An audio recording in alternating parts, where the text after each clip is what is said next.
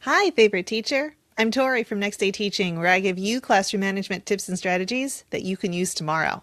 Now, I've got 16 years of classroom experience, K to 8, public and private. During that time, I've used a lot of brain breaks. So I've seen how they go well, I've seen how they go wrong, and today I want to give you my top pro tips for using brain breaks effectively so that they actually refocus your students instead of just distracting them. Here we go. First of all, make sure that students aren't taking advantage of the brain break time. So, kids are crafty, right? If you notice that you're doing a partner brain break, for example, and the students aren't actually doing the brain break, they're just standing and talking to each other, they're taking advantage. If you have them do some sort of movement-based brain break and they're away from their seats and they take a very long time to return to their seats, they're taking advantage of the brain break. That doesn't mean we stop doing brain breaks. It means we change the format. If they're having those side conversations with a partner, we stop doing partner brain breaks. We start doing individual ones instead. If they're taking forever to return to their seats, we stop letting them move around the room. We keep them at their seats, still have them stand up. They're still getting the brain break, but they don't get that privilege of moving around anymore. They have to stay put. So we're eliminating possible ways that they could throw a monkey wrench into our plans, so to speak. Another pro tip, don't put too many brain breaks back to back. Don't do too many in a row. So if you notice, like let's give you worst case scenario. Let's say it's Friday before winter break, period 10. And you're trying to get through an activity or an assignment or a project or something that they need to finish before the end of the day. You notice that they're unfocused. Of course they're unfocused. It's the Friday before break. So you do a brain break, you try to get them resettled. That works for like 3 minutes. And then they're back to being wild and unfocused again.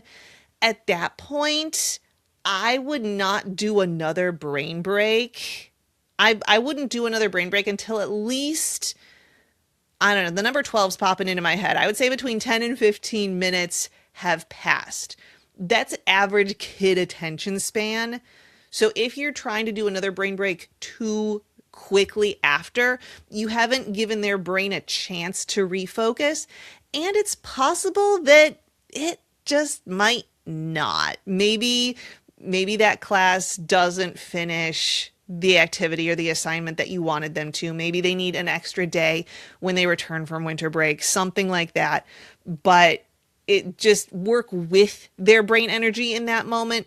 Don't try and force it, mainly because it's just going to frustrate you and them.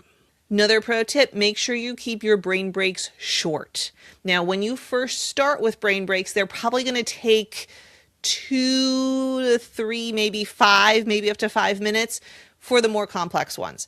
This is because in order to really do a brain break effectively, the first time you introduce it, you're going to want to give verbal directions and you're going to want to actually show them what to do. So if it's a brain break that involves a partner, you're going to need to pull a kid up. You're going to need to explain what you're doing, explain what the kid is doing, and then show the brain break. Then give the class directions, have them do it, stop and address, oh no, we don't do it this way, we do it that way, get them back to their seats. That's going to take time. But once you've already given those directions, once they're familiar with the brain breaks, you should be able to tell them, all right, class, we need to do a brain break, pencils down, everybody up on your feet, we're doing ear and nose, and they automatically already know where their hands are pointing, where they're moving. So 30 seconds to maybe 2 minutes, that's it. Once it starts dragging out, that's when they start taking advantage. That's when their brain, ironically enough, starts unfocusing from the brain break that's supposed to refocus them. That's when they start to have their side conversations. That's when they start to mess around and make inappropriate choices. Keep it short. Okay, from moment you say, let's do a brain break, to moment you say, let's sit down and refocus. Shorter is better. Now, kind of along those lines, be very clear in your directions before, during, and after the brain break. The clearer you are, the more likely your students are to follow directions and meet your expectations. If you tell them, All right, we're doing a brain break. We're doing ear and nose. Everyone stand up. Let's do ear and nose. Okay, you're good. Sit down. They're not going to be refocused. Half of them aren't even going to have figured out that you're doing a brain break. You're going to get half of them standing up. Half of them are staying at their seats. Half of them are doing a completely different brain break. They have no idea what's going on. Be very, very specific. Class, we are doing ear and nose as a brain break. Everybody stand up. Then you wait for everybody to stand up. Now that you're on your feet, you're going to take your right hand, touch your left ear, take your left hand, touch your nose. You're going to be very, very specific in your directions. If the brain break involves them walking across the room or finding a partner, you're going to tell them, class, you are going to stand up out of your seats. You are going to find a partner. You are going to be toe-to-toe with a partner. If you don't have a partner, you're going to come stand by me. You're going to do all of this without talking by the time I get to 0. Stand up. 5, 4, 3. And they're rushing to get to their partner. Someone's standing up by you. You got someone else standing up by you. Hey, guess what? There's your partner. And you're done, you're ready to move on. But you've got to be very, very clear in your directions so that they're able to meet your expectations so they know what is expected.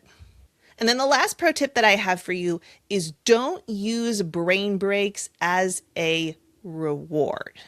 This is not the best activity to say, class, if we get through this lesson, we will do X brain break. That's not the point. Brain breaks are not a reward. They are a response. They are a reaction. They are telling kids, hey, your brain needs a break. You need to refocus. That is not a failure on your part. It is not a failing on mine. We just need to adjust. So we adjust and then we regroup and continue. It's not a toy. It is a tool. So this also will help kids to not take advantage of it because they won't see it as a game. Sure, there are some sort of gamified elements to some of the brain breaks, and sure, they should be fun and engaging, but the purpose is not competitive. The purpose is not to win. The purpose is not even social hour or to have fun. The purpose is to refocus their attention so that they can complete the task, the test, the lesson, the assignment, the activity, whatever you've got them working on. So I've recorded several other videos about brain breaks. I'll leave those links in the description. I'm also going to link for a set of my 8 favorite brain breaks. If you use nothing else, use these in the description as well. So make sure you check those out. I hope you have calm transitions and quiet hallways.